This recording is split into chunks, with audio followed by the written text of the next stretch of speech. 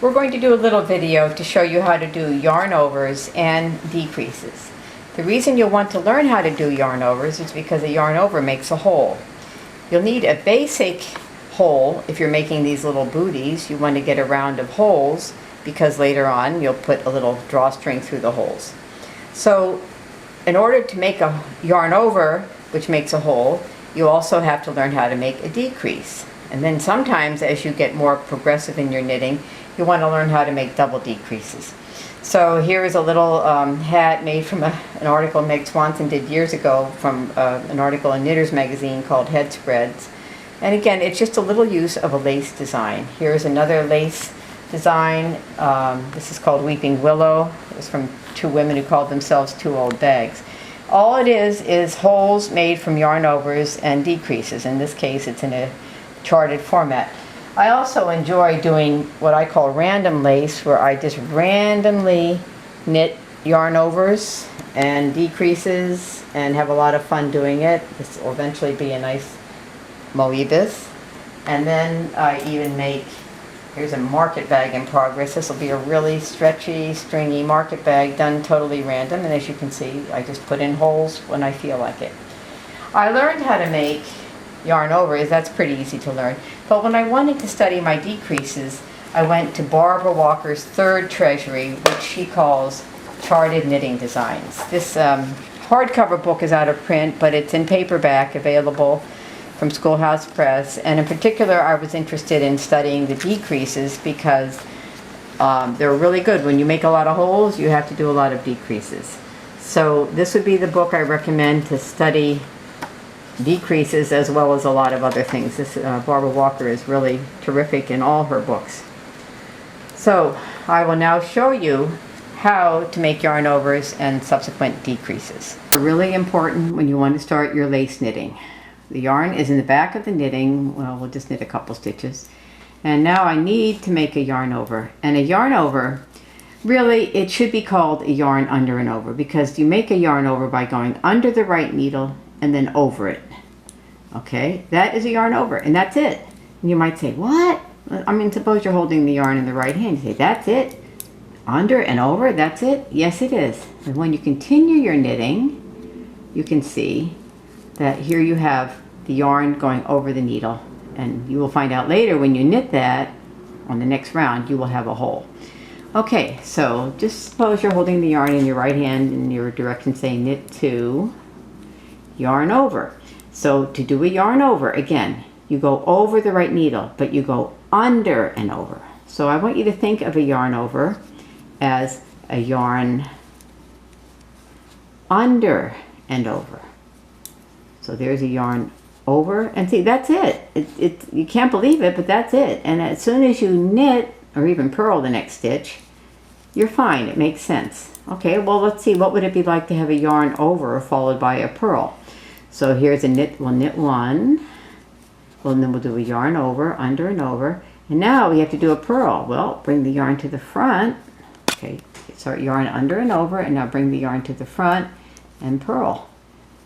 So here we have a knit stitch, a yarn over, followed by a purl. I'll do another purl just for fun. Okay, now suppose we have a purl stitch and we have to do a yarn over. Well, the yarn is already here, just go over the needle. And it is always done like that. Never is a yarn over done by going over the needle like this. So the yarn is not over the needle, really. It's a under and over. And then, oh, look at that. It's piece yarn. Well, piece space. Okay. Let's go let's do a yarn over after a purl again. So now we'll do a purl stitch, yarn to the front, purl that stitch. Now here's our yarn over. We are already gone under the needle, so to speak, to do our purl. That's our yarn over. Yarn over is over the right needle, but if you're starting in the back, it's under and over. Now you'll find this written in your knitting as the words yarn over or YO. And I like to say in class, like, yo Adrian. Maybe you have to be a certain age to know that line. But YO means yarn over, but it's really yarn under and over. See, if you hold the yarn in the left hand, it's still the same, under and over. Now, I'll just mention, sometimes there's something called a double yarn over, which would be a yarn over once, a yarn over twice, and then you would knit after that. I have had students who, even though the directions said to yarn over and then maybe knit 2 together, they did a yarn over and felt they had to lock it in place by quick knitting a stitch. No, you don't have to lock a yarn over in place. You simply make your yarn over or your double yarn over and knit the next stitch, and that yarn over will be there. Okay, well now you know, you've heard me already speak about yarn over, knit 2 together. All these yarn overs have added a stitch. You will have to decrease to compensate for them. And often in your knitting directions, it'll just say yarn over, knit 2 together. Okay, let's talk about knitting 2 together. If you were going to knit 1, you would knit 1. If you were going to knit 2 together, you would knit 2 together. Instead of going into 1 stitch, you go into 2 stitches.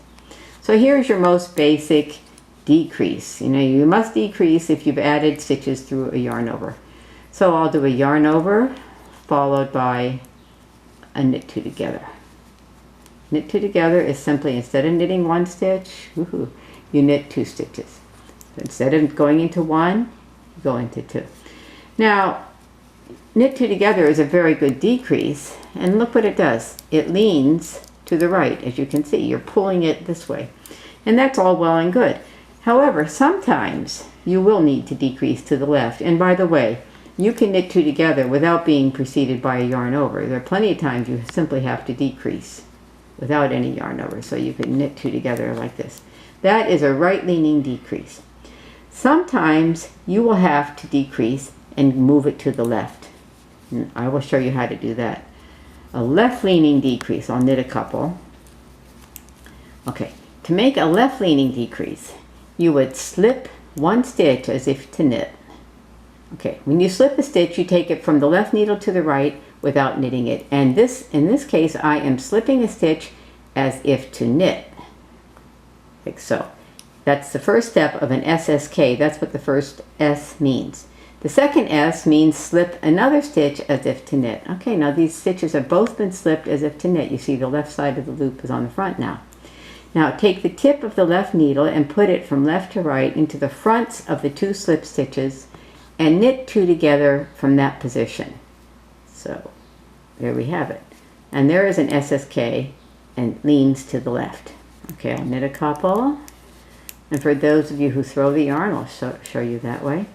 SSK, slip 1 as to knit, slip 1 as to knit. Put the tip of the left needle into the fronts of the 2 slip stitches and knit 2 together in that position. Okay, now I would like to tell you a little secret about SSK. SSK seldom looks as neat as knit 2 together unless you really knit it very, shall I say, carefully. Okay, a really good way to do an SSK is to hardly pull on the yarn. Go on the tip of your needle and just barely S, and don't stretch out those stitches, and do your K without stretching those stitches. And if you can manage that, you will make a beautiful SSK. If you go like this, S, K, and really distort those stitches, you will see it in your line of stitches later. So as you knit and when you SSK, try to be right on the tip of the needle. Try not to stretch out the stitches. S, K. Hardly with any pulling on the needles and pulling on the stitches. Okay, so now you've had 2 basic decreases, and I would like to show you an example of how you'd use them. This is an ordinary sock. Now here's the foot of the sock and here's the toe of the sock. And as you get toward the toe, you have to start getting rid of stitches. So you can see here's a line of decreases here, and here's a line of decreases here. These decreases lean to the left. These would be SSKs, and these decreases lean to the right. They are knit 2 togethers, also called K2 tog. And I'll just turn the sock around, and you can see we have another set of SSKs and another set of knit 2 togethers. Your sock pattern, you basically get rid of 4 stitches every other round until you get to your toe. Also in the sock pattern, we have our gusset decreases, so you have your knit 2 togethers here and you have SSKs here. But this is why you want to learn how to both knit a right-leaning decrease and a left-leaning decrease. Okay, now when you're doing lace knitting, you're going to have some more complex decreases than just plain K2 tog and SSK. There are times when you will have 3 stitches and you'll want to turn them into 1. And often these 3 stitches are flanked by a yarn over on either side. So I'm going to do a double decrease, meaning 3 stitches turn into 1, and my center stitch will be on top. I'll precede it with a yarn over just for fun. All right, here's my decrease. Slip 2 stitches together knitwise, knit 1, P2SSO, pass those 2 slip stitches over. All right, we have 3 stitches going into 1, and the center stitch stays centered. And I'll just do another yarn over, because basically in your lace you probably have that anyway. So you've added 2 stitches and you've subtracted 2 stitches and you've started to make a nice lace design. Okay, so I'll do that again. A centered double decrease. I'll do it without the yarn overs. Slip 2 stitches as if to knit. And see how I'm going in here to open up the stitches? Slip 2 as if to knit, knit 1, pass those 2 stitches over, and you have 3 stitches turning into 1, and the center one stays in the center. All right, sometimes in our lace knitting, we want the 3 stitches to turn into 1, but we want it to lean to the right or to the left.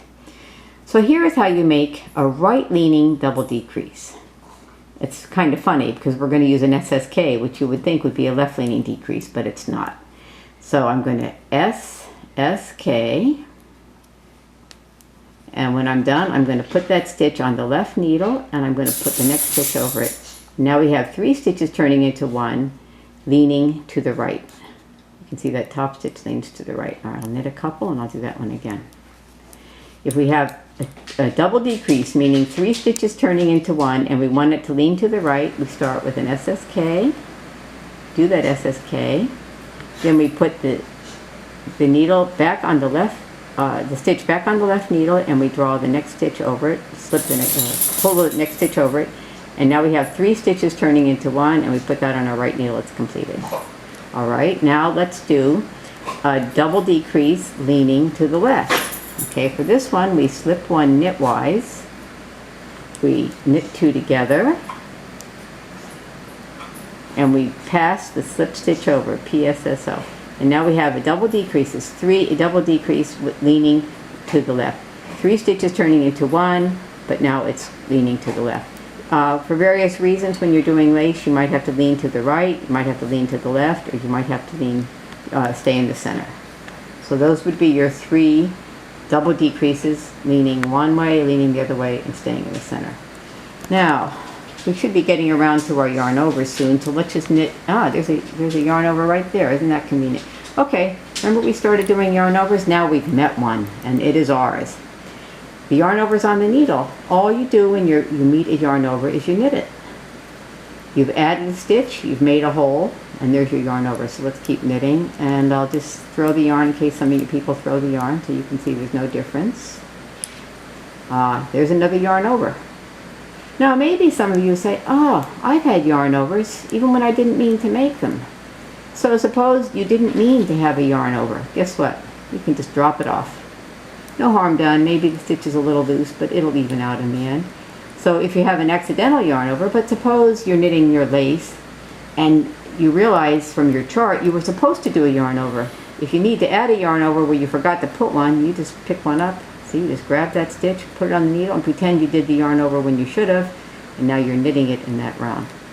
So you have a little bit of leeway here if you don't do your charts perfectly. All right, there is a yarn over. Now eventually I will get where I did a double yarn over, and I'll show you how to deal with it.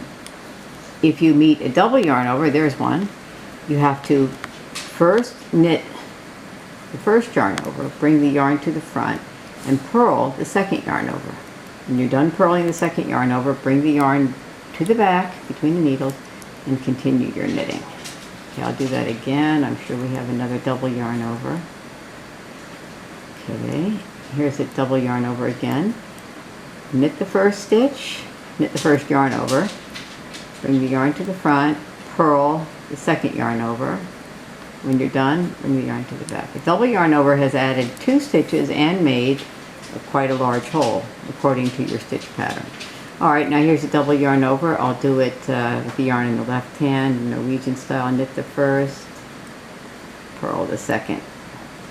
I'm still doing the same thing, just using the other hand. If you're picking, there's your yarn over, you just knit it. And according to your pattern, you just knit the yarn overs, knit the knit stitches. And you can read the row below as you're doing your lace knitting and checking it with your chart, making sure you're knitting correctly. Okay, we'll just knit until we're ready to stop. I think we have a yarn over followed by a double decrease here. Yarn over, knit the yarn over. Here's our double decrease with a centered stitch in the center, followed by a yarn over. Ooh, it's followed by a double yarn over.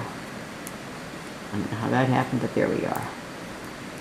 Okay, looks like that stitch came out. Okay, fix that up. Okay, so knit your yarn overs as if they were normal stitches, and that's how you do it.